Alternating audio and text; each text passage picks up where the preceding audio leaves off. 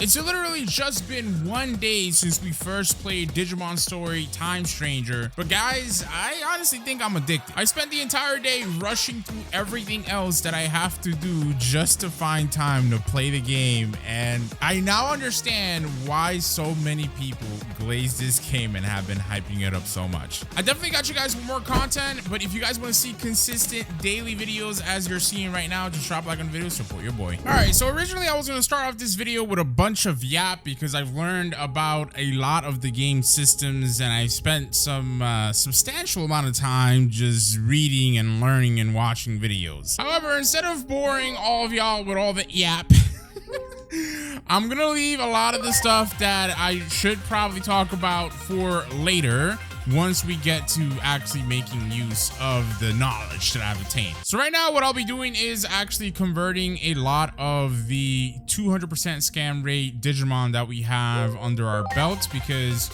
when you have them at 200%, you want to make use of that. So now if I go into Digivolution, I wanted to show you guys is some of the stuff that we got as DLC is actually pretty OP. For example, this Agumon over here, if we go into him, his Digivolution goes straight into a Mega Digimon. I was completely unaware of this, but it was all thanks to one of you guys for dropping a comment on the previous video that I came to this realization. Now that's not all. We can also go to Gabumon over here, and he too has a streamlined path to becoming Mega level. Now if I were to go into my other Agumon that I have on my team, you would see that he has his regular Digivolutions and then his D-Digivolution. So yeah, having these two powerhouses on our team is definitely gonna make a day and night difference whenever we happen to come across any roadblocks, if at all. Now this is by no means necessary if you're playing the game, but I'm going to use my Potamon as an example here. I figured out that there is this website called Grindosaur, and it's actually very useful. On this website you'll be able to see the possible conversion personalities for your actual Digimon and the chances allocated with it as well. Among other things, you'll also be able to see your base stats, evolution conditions, and even your attribute and elemental resistances as well. But the thing that I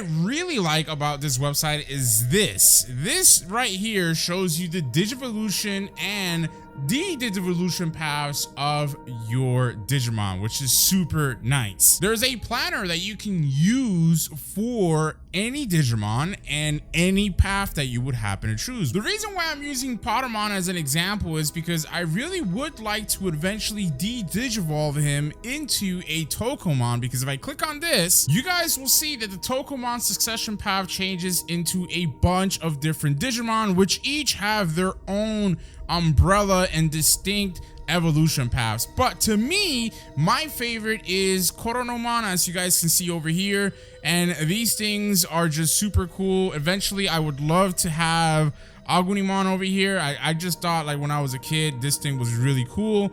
I mean, Growlmon is really nice too. It's just like, this is like my favorite tree out of all of them. And the reason why I'm mentioning all this is because this game has so much stuff that I kind of sort of knew and was aware of, but not to this extent. And honestly, it's super cool because you really would have to plan your gameplay as much as you can for a seamless experience. It's not a necessity, right? You can just wing the game as far as I'm aware. Obviously, I'm doing it kind of sort of, and other people have done it, but if you plan, it really will make a world's difference. But yeah, for now, that's enough yap. We'll get into the systems and things of that nature that I've learned about later into the gameplay. But for now, we're just gonna pursue the Dark Shadow. That's where we last left off, so let's just keep it pushing. I really don't understand why this thing is standing still, if like when we first saw it and when we got teleported to this area, it was teleporting all over the place, so. All right then. An agent always answers a cry for help, especially from a woman, might I add. Get your hands off that filthy egg. I mean, get your filthy hands off that. All right, I messed up already. I'm nervous. And we still let him tip over the. Okay. Crazy, bro. Oh my God. Wait, I thought the egg broke, but it didn't? That's weird. Doesn't this Digimon look so cool, chat? Like, this is why I'm telling you, man, I want to de-digivolve my Potamon, but whatever, it is what it is. And who are these guys over here? Alright, well, that was the most random, like, cutscene I've ever seen in my life. Now we teleported back to the main character, but the main character himself seems to have teleported somewhere else. Is that a...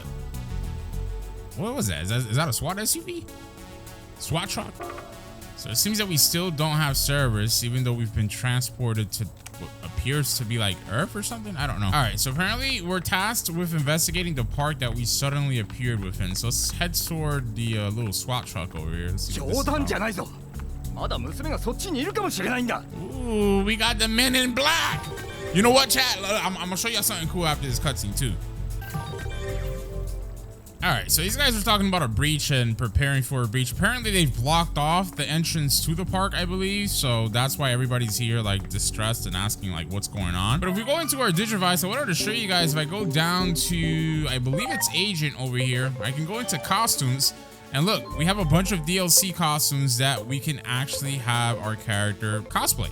And I honestly am gonna wear this one, the public safety suit, so we can be a part of the Men in Black. Oh, and inside of here, I might as well just show you guys, they also have a field guide, which is a pretty cool way to keep track of your Digimon. It's effectively kind of like an index system. And to my understanding, it's really nice to have this because you can actually take track, or rather note, of your attachment skills and the level at which your Digimon actually learned them. So apparently right now we just have to go and pursue the man that was like looking out for his daughter or something like that. I don't even know. By the way, yo, peep the dread, look at this. We working that thing, right? Yeah, baby. Dude, we have no service. Like, what are you even checking your phone for? Brother, are you serious, brother? I just put this drip on, bro. Like, what are you, oh man. Yo, no way. I thought we had no service. Bro, how does this guy? Oh, come on, bro. I gotta switch my phone plan.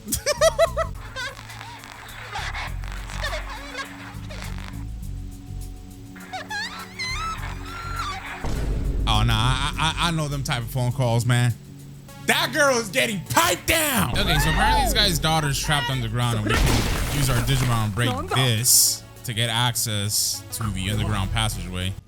Ooh, look at this. Seems like an abandoned subway. All right, so we gotta head deeper into. Wait, what the hell is that? Is that his daughter? Okay, I think it is his daughter. Oh, she bad. Oh wait, oh damn. Oh, don't mind me, chat. I'm just gonna admire this cutscene here for a little bit longer.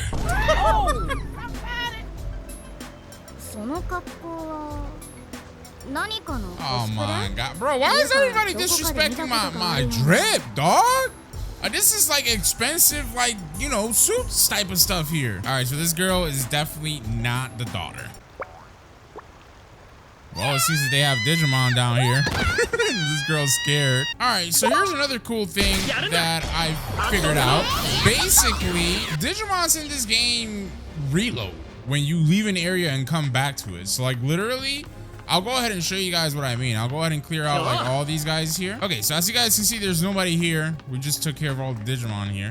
I'm gonna go ahead and back on out of here and come back in if the game lets me. Oh my god, brother. Well, never mind. I'll have to show you guys one way or another, but in a different direction. All right, guys. So I'm manually using my attacks here because unfortunately my abilities, as you guys can tell, were not that great against this guy. So I didn't want to keep wasting SP on auto. How to fight this guy manually. There's another thing I want to get into. A lot of you guys were trying to butcher me for using auto in the last video, and it's like, gang, relax, man. I'm gonna use auto when I can. I'll use manual when it's due, you know? Oh, and by the way, all my Digimon I think I can talk to right now, and oh no, I'm not talking to you about that, twin. So this is another thing. Some people have been cheesing these bonds. So this is what this is called, right? You guys see that every time we talk to a Digimon, they'll pop up with something to say. Sometimes they'll have multiple options.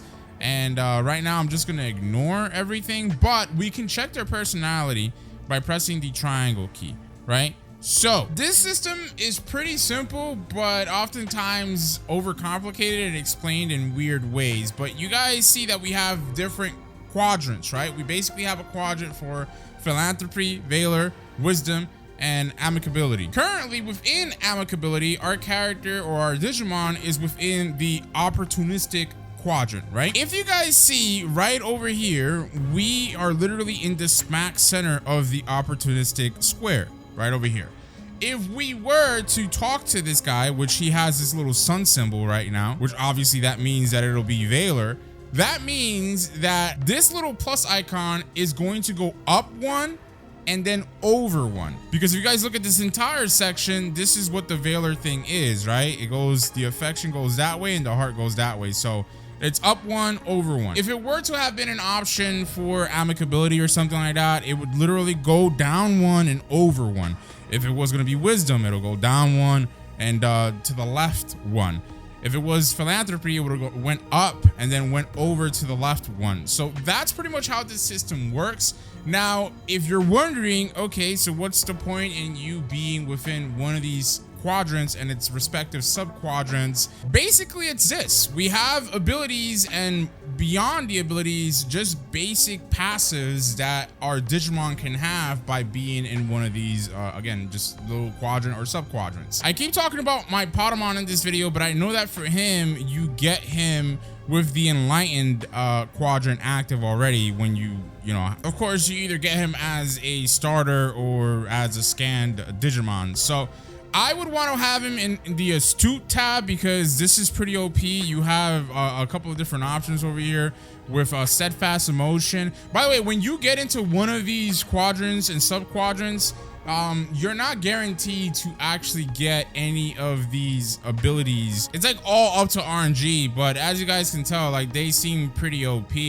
In the astute quadrant for wisdom, right? Boosts intelligence when HP is 90% or lower. The lower the HP, the more the intelligence boost. That's OP to me. Now, what I've learned is that, let's say you want to have the passive bonuses that you'll get from being in the wisdom area, right? Well, you don't have to choose a skill that you learned based off the RNG that you have from being in this sector. Like if you wanted to have something in Veiler, you can learn this skill, keep the skill, right? And then just move over to the other area. Like for example, wisdom. And if I wanted to be an astute, I can be down over there. So I can literally have an ability or skill from another square or sector or area, whatever you want to call it. So hopefully that makes sense. Probably not explaining it the best myself either, but trust me, if you watch other people's videos, it's probably gonna like throw your head in a goddamn circle. I don't know, but it's important to note that you would only be able to check this little cross mark to see where you're positioned at if you actually, you know, check your Digimon's personality when you are given the chance to by talking to them. So if I just completely ignore this, right, and I try to go into my inventory, if I go into my Agumon's information and try to show you guys my personality type, you guys will see that that little crosshair, that marker is no longer there. So you're not able to see where exactly within this box, or any box for that matter, your Digimon's personality type is going to be. So it's pertinent to only check that when you talk to your Digimon. And apparently later into the game, we unlock something that's called like feeding or training or something like that. And at that point too, you can go ahead and just choose certain things and it's visualized there as well instead of waiting to talk to your Digimon. Because as you guys can tell, if I try to talk to them again, I can't. Like basically I would have to go through 4 battles for me to be able to talk to them one more time. Now, if I go back onto my Agumon's description, this all ties in as well with bonds in the game. Currently, Agumon is at 3% bond. So not only after 4 battles will you be able to, you know, make a chance or change, excuse me, in your Digimon's personality type, but you'll also gain increases into your bond stat. Now, this is why I mentioned in the beginning of the video that, oh, I'm pressing the wrong buttons here, but that this game gets a little bit convoluted, and this is why you would have to search up some things to understand it properly, because the game doesn't explain it in the best way possible. But if I show you guys, the game tells you that the higher a Digimon's bond, the more times it is able to inherit a cumulative stat when digivolving or de-digivolving, thereby boosting its stats overall up to 100 times max. So all that yap means is basically the higher the bond, the higher the percentage of stats, which will be denoted in blue next to your actual stats, that will keep when we either de-digivolve or digivolve our units. But yeah, that's basically all the yap I'm gonna talk to you guys about when it comes to, bro, my controller is tripping, bro. I really gotta start using a new controller for this game because the controller I'm using is gonna sell me. Like, this thing just goes to the left on its own. But Yeah, I know it's again a little bit maybe of an overwhelming yap, but wanted to get that stuff out the way because the chance arose for me to talk to you guys about these systems, and I feel like as a viewer, even if you're not gonna play this game, it would be pertinent to talk about it because it would help you understand more of what's going on and what I talk about in the series. And then also, if you play the game yourself and know about it, you guys don't kill me in the comment section talking about Vex. You don't know what the hell you're doing, you noob. How you Okay, so right now I'm converting some new Digimon because we actually have 2 new ones at a 200% scan rate. So I'm still stuck in this area. Oh, what the heck is this? Who is this? Oh, I think we found the person that we needed to be. Whoa, girl to be protected. That's the girl we met in the last video. Definitely not this guy's daughter, I don't think. Inori. Is this guy? Bro, my God, the plot goes full circle. Crazy. Yeah, this is crazy. I'm not gonna lie. But I wanted to show you guys, or tell you guys that I basically was running around the map just exploring everything before I went to where I thought the game wanted me to go, but apparently not really. I guess I was doing the right thing all along. Now, what the hell is this? What? Okay, so let me turn off my auto attack. Brother. Yeah, I didn't get a chance to. Can I oh, I can't run away. It only has give up as an option. Let me turn on my X hearts. We'll use this here. So right now I have 2 Agumons on our team, and that's because we've been running into these slimes that are very, very annoying. And the only thing that, okay, what does this thing have? Oh wait, this is my Agumon. Oh God, I can only attack normally, dude. Well, maybe I have an item. Yeah, let me just use an HP. There you go.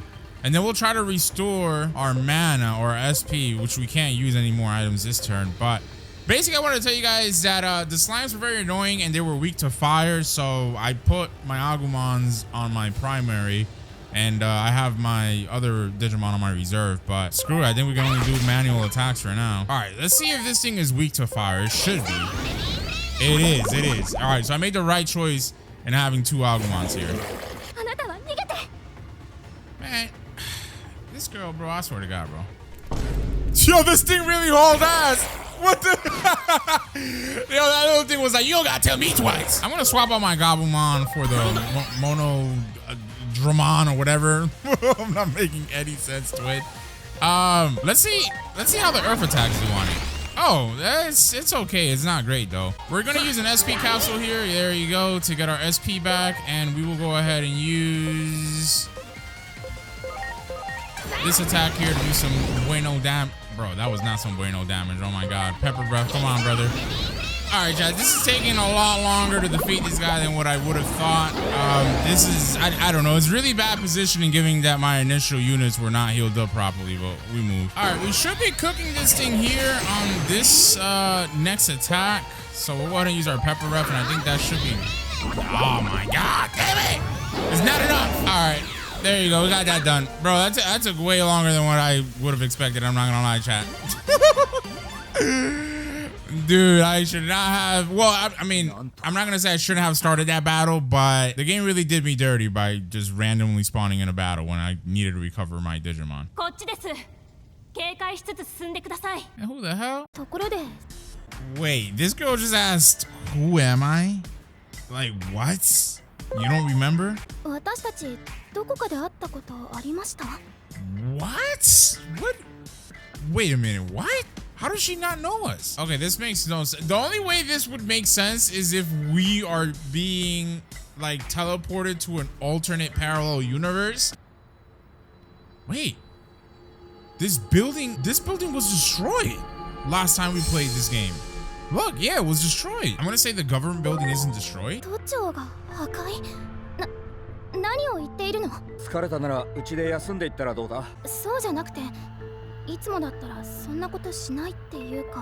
Yeah, because he wants me to be your husband, baby. What can I say? You know, what can I say? Oh, man. Dude, we are literally in a separate room. I thought we were going to be like somewhere close. Nah, man, crazy. Yeah, how about you give me a bed? Ironically, next to yours. Wow, we finally get to know this girl's name after like 2-3 hours of playing. これらの情報から解析部が導き出した答え。それは I just realized our phone is working now. 過去への時間跳躍。 Oh, so I was right. We did travel through time and, well, I was not right. I thought we were in a parallel universe, but we traveled through time, which makes sense because the game is called Time Stranger, you know? All right. So we now have to explore the home. The girl that lives here, or Inori, told us to meet her downstairs. All right, I'm not gonna lie. This house looks pretty nice. What is this? It's covered with a comfortable doorknob. Is that... Man, my damn controller, man. Damn, stop moving around. But yeah, this looks like maybe it's her room or something. Would have been nice to go in there, but I'll just settle with talking to her in the living room. Yeah, I want to know where your room. Now, I need to chill. Why is she saying that while smirking like that? Like, what the heck? Somehow this girl seems way nicer in the past than in the present time when we met her in the last video, because she seemed like really rude and dismissive of us. I don't know if something happens, but I guess we'll find out, right? This must be her room. Yeah, I don't know. So there definitely are a lot of items you can interact with in this home, but nothing really yields any benefit or reward. It's just like you get brief descriptions of what things are. All right, so apparently we gotta go to the father's study area, which is like another floor below the house. These guys are loaded, bro. They got a nice house. I did. Next time, hook me up with your daughter, twin. Let me sleep in the same room. Really? Oh my god. This guy seems to be a Digimon master too. I can't answer that. Alright guys, so we're apparently gonna establish our base of operations here in this guy's house, and we got a phone call letting us know, like, bro, my controller is really moving by itself. Like, this is no way, no. But yeah, we're effectively 8 years in the past, brother, and we are now able to explore kind of somewhat freely. Apparently we have to make our way to some coordinate that we got, which is underground again. Check this out. They do have a little shopkeeper here where we can buy like miscellaneous like food and stuff, and these can be given to Digimon to increase their bond. We also have this girl here that sells like clothing apparel, so we can like change up our drip, I guess. Oh, they have a Tekken 8 shirt. Like, what the heck? That's cool. Well, this is super cool. Apparently you can choose like the sectors of the city you want to go to. We got to go to Higashi Shinjuku, and then we can even like go to like subsections as well. This is super cool. Oh yeah, this is gonna be so much fun, man. Just exploring this world and just getting familiar with everything. Look at this. Look how nice this looks. Okay, so for some reason, now we have to go to a different location. Like, basically, we're like gathering coordinate points, I guess, to like establish like precise location data for where we're at 8 years in the past. You know what I mean? That's crazy. Ooh, look at that. They seem to have taxis in the game, and you can use these to also quick travel as well. So yeah, I think it'd be in our best interest to actually use this, and then we'll just teleport over here. Oh, and it's actually really quick when you use a taxi. So this camera angle is kind of scuffed, but this is the park where we spawned at earlier. Now, obviously it's during the daytime, and that SWAT truck or bus, whatever the heck it was, is not here. But here we go. I think we should be fully calibrated with the location data here. Why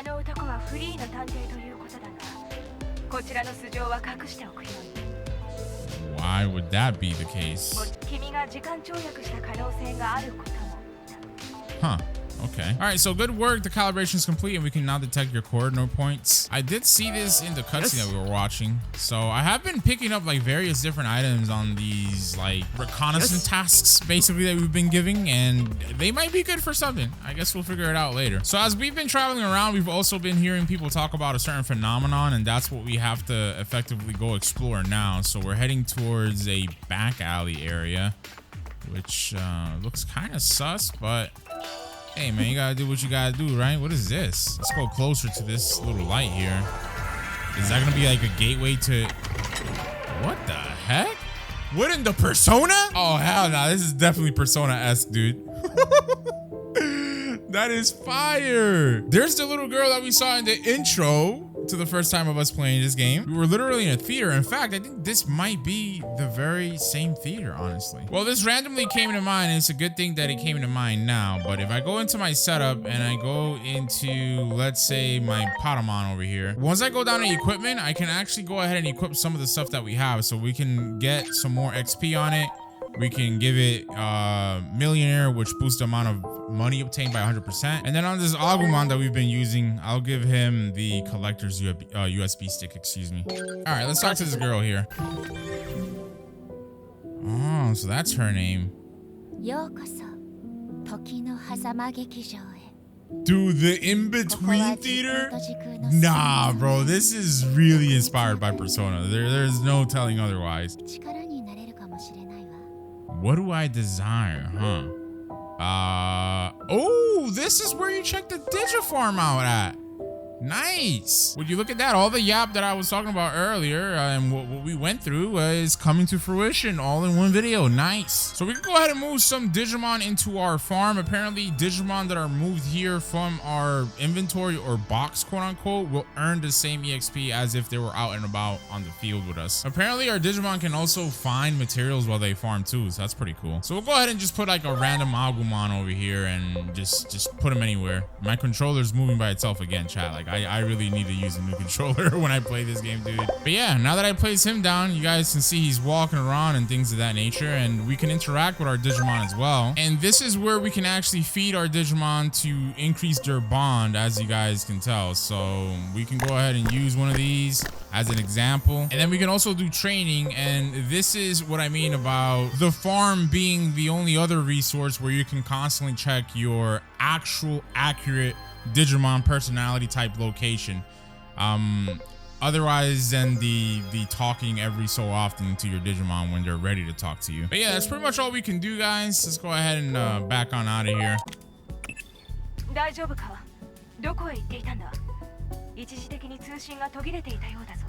Well, that is also very interesting. It appears that when we're in that theater, we won't have any contact point with our present friend or employee, co-worker, I don't know. So right now, all we have to do is just make our way back to the house, apparently. The lighting right now is really cool, by the way, over here. Let's go ahead and pick up this item. Dude, they have like so many items. Like, what is this? It looks like this used to serve as a theater's ticket booth. Then they have this, which is nothing. Never mind. And yeah, it seems that we just have to make our way back up to our room. Let's see what happens now. Wow, take a look. We got some free clothes, and it was from Inori. So she gave us like different clothing. Let's see. She gave us basically this mid. Nah, I'm all right. I'm cool with my drip, baby. And now they're telling us that we can rest on the sofa here. So we can continue investigating or rest. All right, let's go ahead and rest. All right, brand new day. And it seems that we do have a new main mission. Oh, we just unlocked agent skills. So this is another system that's kind of straightforward, but it's kind of annoying because, as you guys can see, they have different agent skills. So they have agent skills for like your bonds of loyalty, valor, philanthropy, amicability, and then wisdom. So this goes hand in hand with the personality types that we talked about before. If you have Digimon that are of valor type, this skill tree and these nodes will enhance those Digimon with this specific personality type. But if you want to go ahead and favor all of your Digimon, you can just go in the loyalty one. And I think that's what we're going to stick to for now. I'm going to go ahead and learn the burst ability because it actually does major damage when our like cross art ability is active or ready. And then we're also gonna get this, a lesson in rearing, because it boosts the amount of XP that we get. So actually, talking about the cross heart, it seems that we do have to select the cross heart burst instead of the field one that we have, which basically just amplifies our Digimon by 50% for 2 turns. And apparently now there's voices coming from downstairs. Let's go see what the fuss is about. Oh, our daddy and daughter arguing? Oh, great. It's actually 2 girls.